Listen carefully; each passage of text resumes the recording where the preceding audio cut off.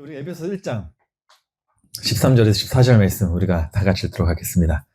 그 안에서 너희도 진리의 말씀 곧 너희의 구원의 복음을 듣고 그 안에서 또한 믿어 약속의 성령으로 인치심을 받았으니 이는 우리 기업의 보증이 되사 그 얻으신 것을 속량하시고 그의 영광을 찬송하게 하려 하심이라. 아멘. 오늘은 에베소서 9강이고요. 제목은 도망가도 붙잡히는 사람이라는 제목으로 우리가 말씀을 드렸는데, 오늘 말씀은 하나님의 사랑이 어떤 사랑인지 우리가 좀 이제 다시 한번 깨달을 수 있는 시간이 되었으면 좋겠습니다. 요즘에 어떻게 말씀을 좀 읽으시는지 모르시겠지만은, 말씀을 읽으면 하나님의 사랑이 정말 얼마나 큰지 우리가 감히 짐작할 수 없을 정도로 크다는 걸 우리가 알 수 있거든요. 성경을 보면 인간은 굉장히 악해요. 하나님이 이스라엘 백성들을 출애굽시키려고 이집트에 10가지 재앙을 쏟아붓습니다. 홍해를 갈라 놓아요. 그들은 그런 기적과 이적을 딱 바라봅니다. 근데 자기 뱃속이 가난해지자 뭐라고 고백하죠? 다시 우리 애굽으로 돌아가자. 고기를 줘요, 하나님이. 고기를 줬더니 그 고기를 어떻게 먹었냐면 하찮은 자기 정욕을 채우는 고기로 먹어버리죠. 하나님이 어떻게든 또 이들을 가나안 땅에 딱 들여다 놓습니다. 그랬더니 이들이 하나님의 그 서슬퍼런 그런 명령을 지키기보다는 블레셋을 이용해서 자기의 뱃속을 또 챙기고 있어요. 사사때는 또 어떻죠? 자기들이 편안하게 살려고 바알과 아세라의 품으로 달려갑니다. 야, 도저히 안 되겠다 해가지고 하나님이 왕을 딱 세워놓죠. 왕이라는 작자들이 어떻습니까? 자기 성 쌓기에 바빠요. 이스라엘 백성들을 하나님에게 인도하기는커녕 자기 그 성 쌓기에 바쁘다는 거예요. 이뿐만이 아니죠. 성 안에 이방 여인들을 끌어들여 와가지고 성전 앞마당을요, 우상 숭배의 놀이터로 만들어버리는 게 이스라엘의 왕이었었어요. 하나님이 또 화가 나요. 선지자들도 보냅니다. 이 선지자들 어떻게 해버립니까? 감옥에 가둬버리거나 입을 막아버리거나 심지어 톱으로 켜서 죽여버리기까지도 해버리죠. 그럼에도 불구하고 하나님은 이 이스라엘 백성들에 말하고 있어요. 나는 너희를 버리지 않았어. 난 너희를 아직도 사랑하고 있어. 라고 밝혀주니까 그들이 뭐라고 이야기를 합니까? 우리들은 하나님을 안 사랑했습니까? 오히려 우리들도 하나님을 사랑했다라고 하면서 눈을 부릅뜨고 대들기까지 해요. 실제로는 뭐하고 있죠? 하나님에게 저는 것, 병든 것, 곰팡이 나는 것, 이런 안 좋은 재물들만 골라놓고 제사를 지내놓고 오히려 저희들도 하나님을 사랑하고 있는데요. 하나님만 사랑했습니까? 아니요. 저희들도 하나님을 사랑했어요. 라고 하고 있는 게 지금 인간의 모습이라는 거예요. 하나님은 그럼에도 불구하고 나 너희들 정말 사랑해서 내 아들을 보낼 거야. 보내니까 어떻게 하죠? 이 아들이 자기들이 세운 탑을 무너뜨리려고 하니까 오히려 그 아들조차도 죽여버리죠. 이게 지금 인간의 실존 모습이라는 거예요. 이게 인간의 모습이라는 거예요. 인간의 모습. 근데 그 모습과 지금 우리들의 모습이 어떻죠? 똑같다라는 거예요. 똑같다는 거. 우리들 하나님 많이 만났죠. 그 우리 입만 열면 뭐합니까? 간증 같은 걸 합니다. 하나님이 내 병을 고쳐주셨습니다. 내 사업 일으켜주셨습니다.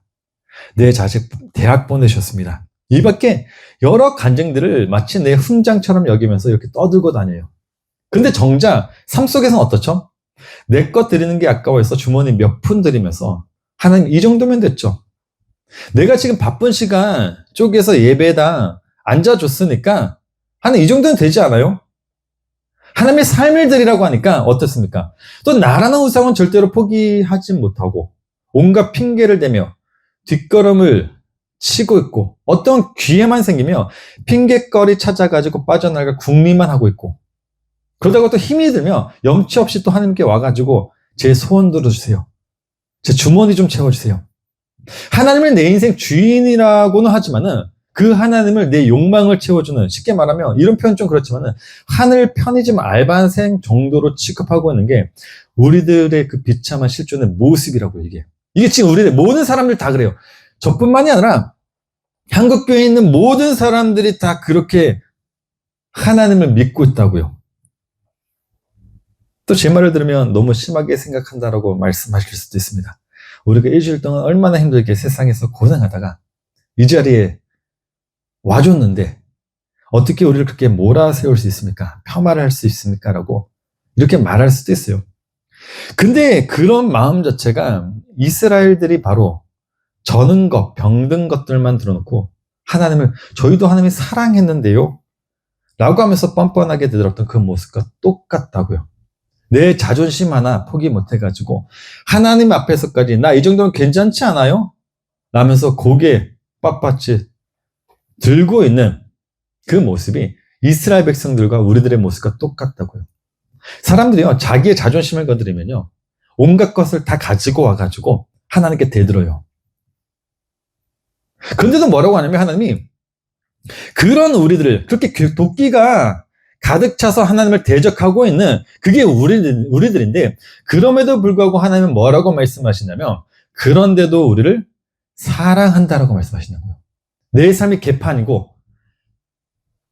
하나님을 사랑한다고 하지만 실제적으로 내 삶을 더 귀중하게 여기며 그렇게 온갖 핑계를 대며 뒷걸음치고 나라는 우상을 찾아다니기 우리는 바쁜데, 하나님은 그럼에도 불구하고 우리들에게 뭐라고 말씀하시냐면 우리를 사랑한대요. 그러니까 그 납득할 수 없는 그 무지막지한 사랑을 하나님께 쏟아붓고 계시는데, 그 사랑이 우리가 알면 알수록 그 사랑이 얼마나 크게 보일 수밖에 없냐라는 거예요. 구원은 믿음으로만 이루어진다고 말을 하고 있습니다. 근데 우리들의 삶을 보세요. 내 모습을 한번 보세요. 정말 우리들이 하나님을 그 믿을 만한 그 건덕지, 그 기특한 구석이 조그만한 것이라도 우리에게 나올 수 있나요? 없다니까요. 우리가 말로만 하나님을 믿는다고 하지만은 정말 내 자신을 바라보면요, 내가 하나님을 사랑할 수 있는, 믿을 수 있는 그 믿음이란 건 조금도 없어요. 아무리 우리가 믿는다고 하더라도 그 믿음이 나에게는 안 나온다고요. 그러다 보니까 하나님이 뭐라냐면 그 믿음까지도 뭐 하겠다는 거죠? 우리들에게 그냥 주겠다는 거예요. 일방적으로, 야, 너 나 못 믿어. 그러니까 하나님은 알고 있어요. 내가 하나님을 못 믿고 있다는 걸 알고 있으니까 하나님은 뭐라 그러냐면 너에게는 믿음이 없다는 걸 내가 알아. 그러니까 내가 믿음 줄게. 너는 나를 믿을 만한 실력이 없어. 그러니까 내가 너에게 그냥 믿음을 줄게 라고 하면서 주신 게 뭐냐면 성령이죠. 그걸 인치심이라고 해요. 오늘 본문 말씀을 보게 되면요, 에베소서 1장 13절 말씀 보게 되면 인치심이라는 게 나와요. 그 안에서 너희도 진리의 말씀 곧 너희의 구원의 복음을 듣고 그 안에서 또한 믿어 약속의 성령으로 인치심을 받을 때 이 인치심이 헬라어로 스프라기조예요.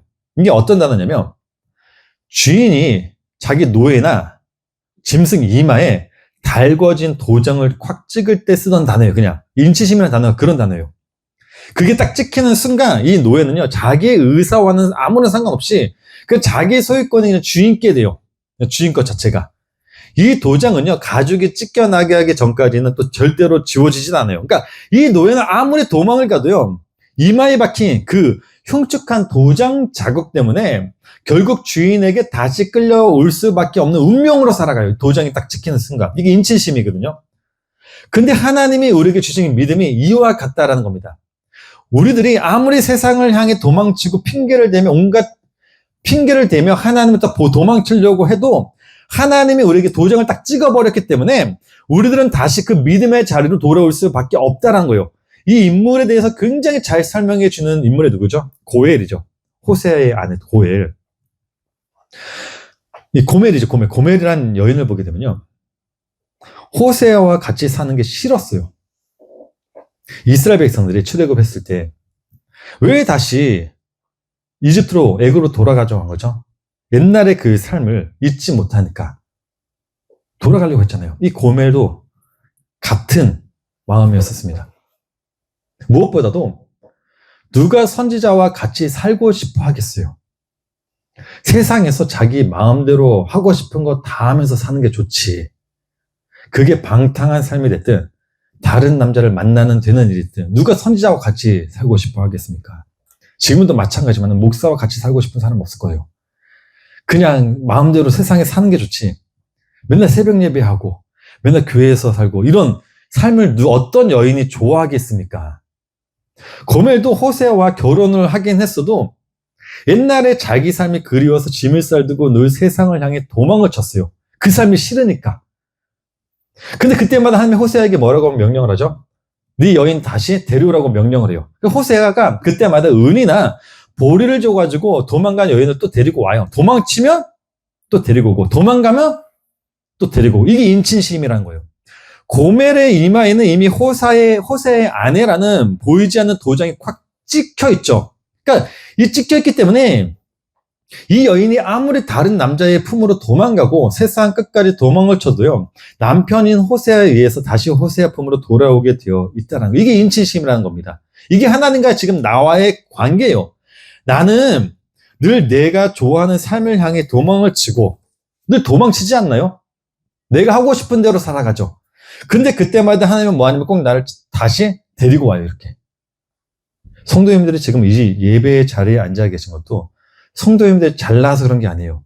성도님들의 믿음이 있어서 그런 게 아니라니까요. 세상 속에 살아가고 있는 나를 하나님은 더 빠르게, 우리가 도망칠 때마다 나를 낚아채서 지금 이 자리에 앉혀놓은 거예요, 그냥. 그러니까 내가 지금 이 자리에 앉아있는 거는 내가 지금 내 스스로 앉아있는 게 아니라 하나님의 그 인치심 때문에 내가 지금 이 자리에 앉아있는 거예요. 우리가 하나님을 떠나도 우리는 다시 하나님 품으로 돌아올 수밖에 없다니까요. 그래서 시험 든 친구들이 굉장히 많았어요. 저 이 말 때문에. 너 하나님 못 믿겠어. 중고등부를 이제 담당했을 때 하나님 못 믿겠대요. 당당히 얘기했죠. 나오지 마, 교회 나오지 마.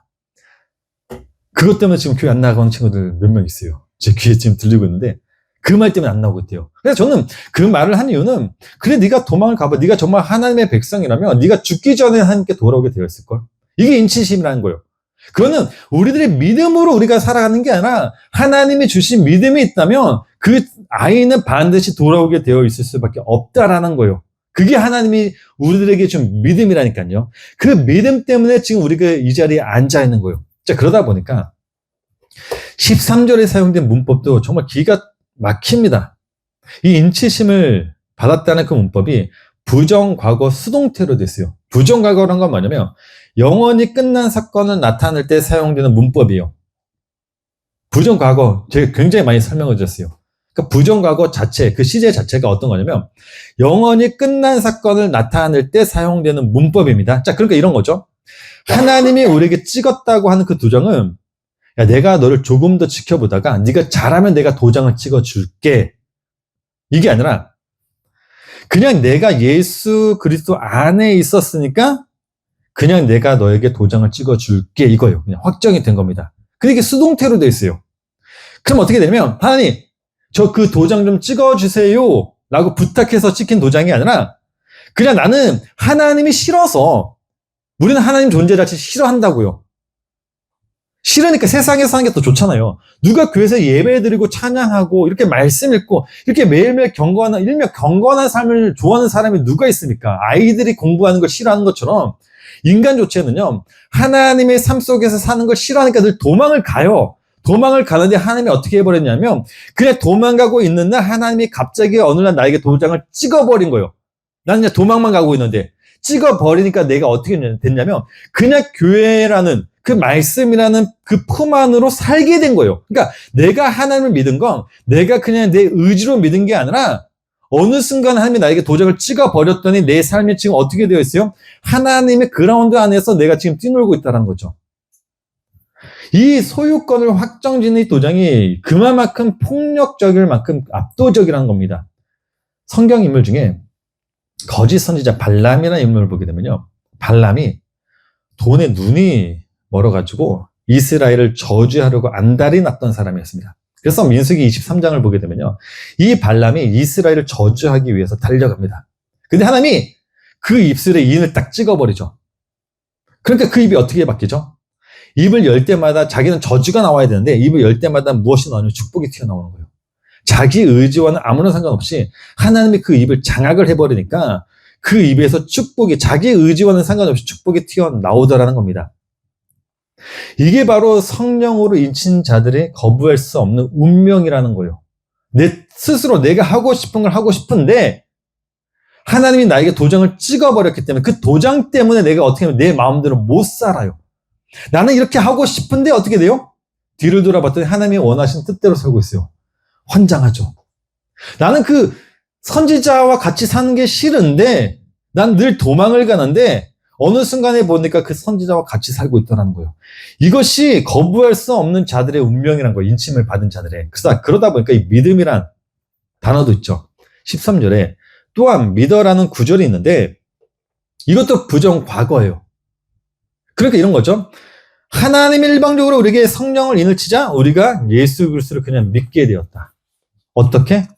완료로. 부정과거니까요. 그러니까 내가 예수를 믿은 것도 나 지금부터 예수님 믿어야지 해서 믿은 게 아니라 어느 순간에 뒤를 돌아봤더니 내 입에서 뭐가 하냐면 예수를 믿고 있더라는 거예요.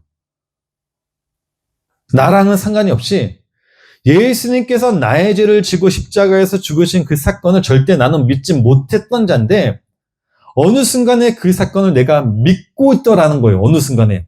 자, 그러다 보니까 이 속량이라는 시제 있죠. 10절과 14절에 보게 되면 속량이라는 단어가 나옵니다. 에베소 1장 14절 말씀 보게 되면 이는 우리 기업의 보증이 되사 그 얻으신 것을 속량하시고 7절에도 나오죠. 우리는 그리스도 안에서 그의 은혜의 풍성함을 따라 그의 피로 말미암아 속량, 곧 죄사함을 받을 때 속량이라는 단어가 두 번 나오는데 7절에 나오는 속량과 14절에 나온 속량의 뜻이 달라요. 7절에 나오는 속량은 현재 시제예요. 시제 자체가. 이게 현재 시제라는 건 뭐냐면 2000년 전 골고다 언덕에서 일어났던 그 예수님의 십자가 사건이 그분이 흘리신 피가 우리의 모든 죄값을 단번에 완부를 하셨다는 사실이 지금 이 순간에도 우리에게 현재적 효력으로 실제한다는 뜻이에요. 지금도 우리들에게 현재형이니까. 과거의 사건이 아니라 지금 그 나의 죄가 지금 덮고 있다는 거 계속 완벽하게. 근데 14절을 보시게 되면 여기 속량이라는 단어는요, 명사예요. 명사인데 그 앞에 전치사 에이스가 있거든요. 그럼 이게 미래적 완성을 의미하는 뜻으로 바뀌어요. 그러니까 이런 거죠. 쉽게 말하면 7절의 속량은 계약서에 도장을 찍고 잔금까지 다 치른 상태라면 14절의 속량은 그 집으로 실제로 내가 들어가서 살게 된다라는 거예요, 지금. 7절의 속량은 도장을 딱 찍은 거라면 14절의 속량은 지금 이제 내가 그 집에 들어가서 살고 있다가 되는 거예요. 이걸 조금 더 쉽게 설명드리면 우리들이 예수님의 피로 내 죄값이 다 지불되고 뭐 그랬다고 했는데도 불구하고 알잖아요, 머리는 알고 있지만은 우리들은 여전히 이 땅에서 어떻게 살고 있죠? 흔들리고 넘어지고 죄 가운데서 허덕이면서 살고 있어요. 이게 우리들 지금 모습이라고요. 머리는 알아요. 내가 예수 그리스도를 믿었다는 것도 이제 어떻게 알죠? 알게 되었어요. 예전에는 몰랐는데 어느 순간 내가 예수 그리스도를 믿고는 있어요. 믿고는 있는데 실제적으로 내 삶은 어떠냐면 그 믿음의 어떤 건덕지가 안 나와요. 자꾸 우리는 고멜과 같이 세상을 향해 옛 것을 향해 계속 달려가고 있으니까. 그런데 하나님이 나를 놔두지 않고 있으니까 그 삶 자체가 어떻게 된 거냐면 나는 그렇게 살고 있는데 실제는 어디에 살고 있더라? 하나님의 집에서 살고 있더라는 거예요. 이 시제 자체가 그렇게 되어 있다고요. 이게 인체심이라는 그 핵심의 놀라운 사랑이라는 거예요. 고멜이라는 여인 역시 세상을 향해 달려가고 있지만 그의 소유는 지금 누구 거죠? 호세아의 거란 말이에요. 그러니까 고멜 입장에서는 말이 안 돼요. 나는 싫은데 나는 지금 호세아의 집에서 살고 있는 거예요. 도망을 쳤는데 실제는 내 자리는 어디 지금? 호세아의 집에 있다는 그게 우리들의 모습이라고요. 나는 지금 내 마음대로 내 멋대로 나에게는 믿음이란 것도 안 나서 괴로워 죽겠는데 실제는 지금 내 자리는 어디냐면 하나님의 집에서 살고 있다는 거예요. 지금 열왕기하 4장에 보게 되면요, 엘리사 생도의 아내의 이야기가 나옵니다. 거기에 보게 되면요, 이 여인은요 선지자 생도의 어떤 남편의 죽음으로 산더미 같은 빛을 이제 떠안게 됩니다. 자, 그러다 보니까 이 여인에게 2명의 아들이 있었는데 이 2 아들도 이제 종으로 잡혀가게 됐어요. 종이 될 위기에 놓였죠. 우리 인생도 딱 그렇습니다. 죄의 빛에 눌려가지고 마귀에게 끌려갈 수밖에 없는 그 상태로 딱 돼요. 근데 그때 엘리사가 그 여인에게 찾아옵니다. 그리고 묻습니다. 너희 집에는 뭐가 있어? 그러자 그 여인이 대답을 합니다. 저에게는 기름 한 그릇 외에는 아무것도 없습니다. 라고요. 기름만 있대요. 그러니까 엘리사가 그 여인에게 이야기를 합니다. 야, 이웃에게 가가지고 그릇 좀 빌려와. 그래서 이 여인이 이웃들에게 가가지고 그릇을 딱 빌려옵니다.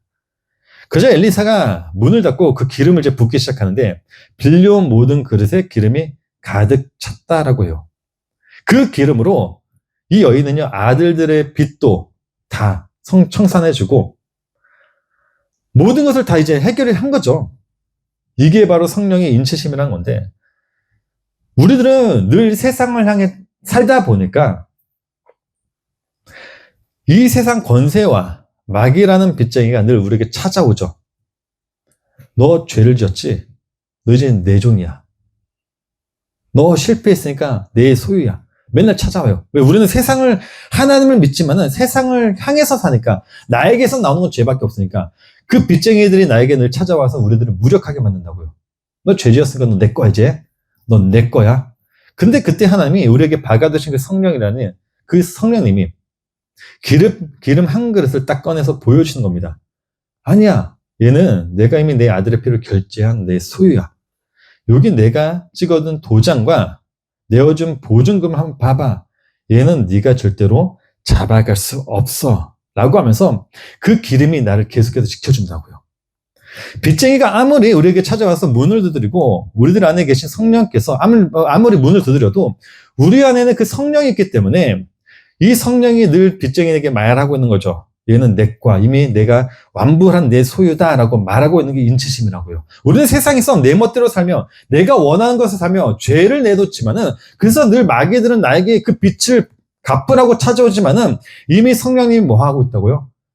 하나님이 성령으로 인을 쳤다고. 얘는 내 거라고요.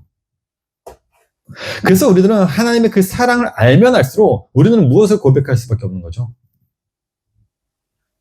하나님이 모든 걸 다 하셨네요. 하나님이 모든 걸 다 하셨네요.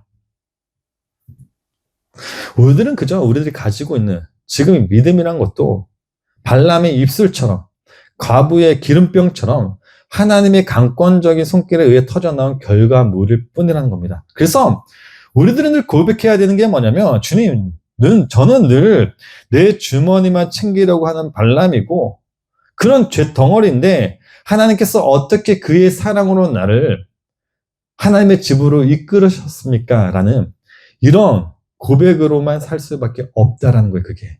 왜? 나를 보면 내가 내놓을 게 아무것도 없기 때문에요. 마지막으로 우리가 시편 139편 2절에서 7절에서 12절 말씀이 있거든요.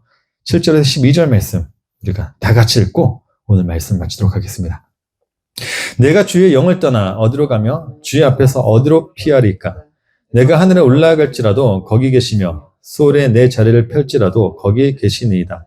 내가 새벽 날개를 치며 바다 끝에 가서 거주할지라도 거기서도 주의 손이 나를 인도하시며 주의 오른손이 나를 붙드시리이다. 내가 혹시 말하기를 흑암이 반드시 나를 덮고 나를 두른 빛은 밤이 되리라 할지라도 주에게서는 흑암이 숨기지 못하며 밤이 낮과 같이 비추니나이니 주에게는 흑암과 빛이 같음이니이다. 아멘. 우리 기도하러 가겠습니다. 하나님,